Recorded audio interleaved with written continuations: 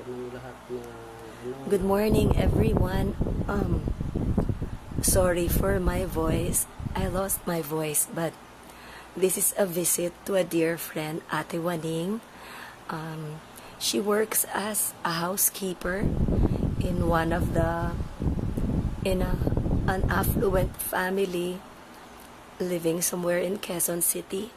This is her bedroom. She's been working for the family for the past 16 years. 16 ate. Yes. Really faithful to the family. Napamahal na sa kanya. She loves the Lord dearly. A devout Catholic. Mama Mary. Yes. Her room is filled with posters and pictures of the Lord, the Holy Trinity, Holy Family, Divine Mercy. And we're blessed because Ate Waning will share with us today something beautiful about Jesus. Yes. Take it away, Te. Okay, kahit na hindi ako nakatapos sa aking pag-aaral, masaya na rin ako dahil tinawag ako ni Lord at saka napalapit ako sa Kanya at saka lahat naman ng hinihiling ko sa Kanya ibinibigay, lalo na yung gift of healing na hiniling ko nung ako ay nag-seminar ng Catholic Life Spirit Seminar. Yun ang regalo na hiningi ko sa Kanya na hindi naman ako ni Lord binigo dahil sa ako rin punong-puno ng karamdaman, lahat ng karamdaman nasa akin na. Nung araw palagi ako nasa ospital at saka nag 50-50 na rin yung aking buhay. Doon ko nararamdaman na mahal ako ng Panginoon dahil sa kabila ng lahat na wala akong pera na pambili ng gamot, gumagaling lang ako sa pamamagitan ng aking pagdarasal, pagsisimba araw-araw. Ang Holy Communion na pinapahalagaan ko, ang body of Christ na nasa akin, dala-dala ko every day in my life. Gusto ko i-share sa inyo na itong banal na katawan ng Panginoong Jesucristo na pinangangalagaan ko every moment of my life ay gusto ko rin madala sa bawat isang tao na akin nakasasalamuha sa bawat sandali ng aking buhay.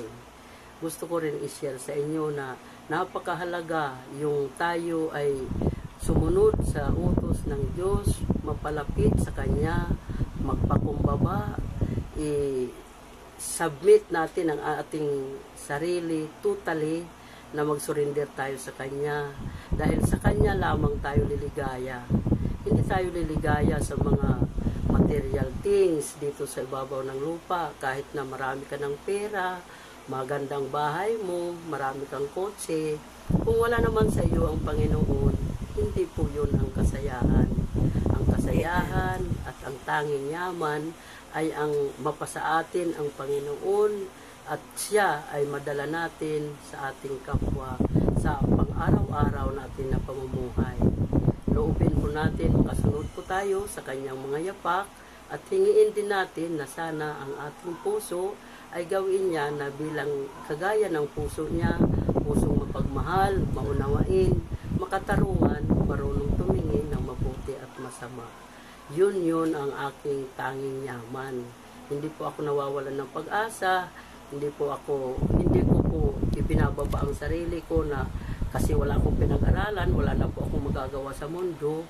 Mayroon pa po akong magagawa kasi sabi nga ni Lord, mahal nga niya at ang mga inosente, ang mga walang-wala tuloy.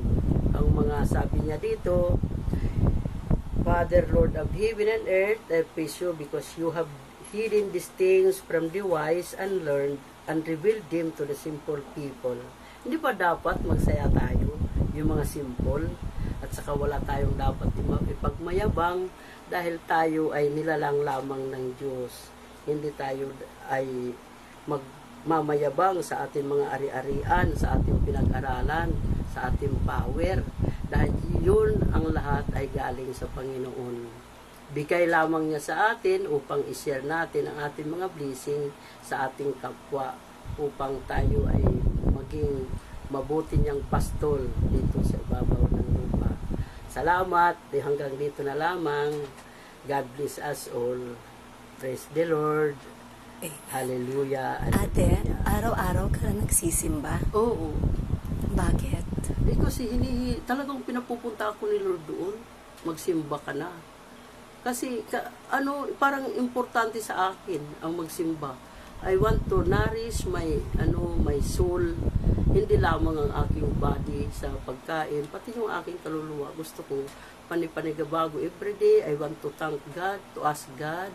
And Kahit marami kang work for the day, gusto ko unahin anong talaga. oras nag-umpisa ang araw mo? Dito sa trabaho. Nagigising talaga ako maaga pa, kahit napuyat ako. Kasi ginigising ako ni Lord para magdasal na aking mga dasalin, Oo. mag-Bible, mag-praising dito sa mga salmo, Praise mag-morning prayer. Hallelujah. Oo, tapos mag-rosaryo. Minsan pag naubusan ako ng oras, habang naglalakad ako papuntang Claret, nagro-rosaryo ako. Hanggang makakarating ako doon, tapos na ako mag-rosaryo. Mas na naman with the community, worshiping God with the community, the Claretian community. Anong effect sa'yo ng Ang pag-receive kay Ano po ang effect Jesus? sa akin, napakaganda. Yung mga sakit ko, nawawala, kahit masakit ang ulo ko, tapos maliksi ako, hindi ako, hindi ako lalambot-lambot sa trabaho ko, ganado ako, kahit may magalit sa akin, hindi ako nagre-resist ng masama. Sinasabi ko, Lord, di ba ikaw din, kahit na Panginoon ka na, kinutya ka rin, ininsulto. Kaya yung pinagdaanan ni Kristo, pinagdadaanan ko, ang sa akin, parang sharing ko yun sa kanyang mga pagpapakahirap, sa pagpasan, sa pagpapako sa krus, nang dahil sa atin, pagtubos sa atin mga kasalanan.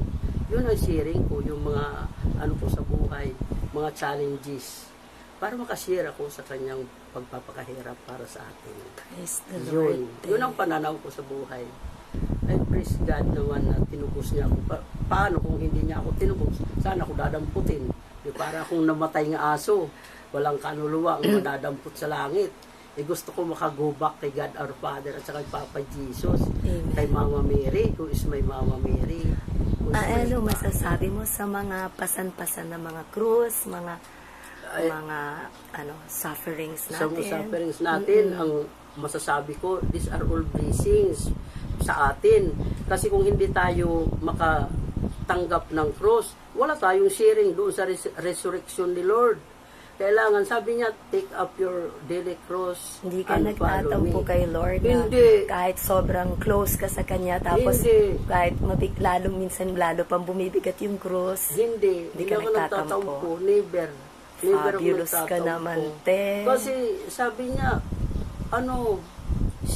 take up your daily cross, at saka sabi niya, huwag kang mag-alala, andyan ako sa side mo. Tutulungan kita sa lahat. O ba't ba ako magtatampo? Andyan naman siya. Hindi ka pikon. Hindi ako napipikon sa kanya kahit anong mangyari sa buhay ko. Iniaalay ko sa kanya lahat ng aking pasanin pang-araw-araw kong pamumuhay.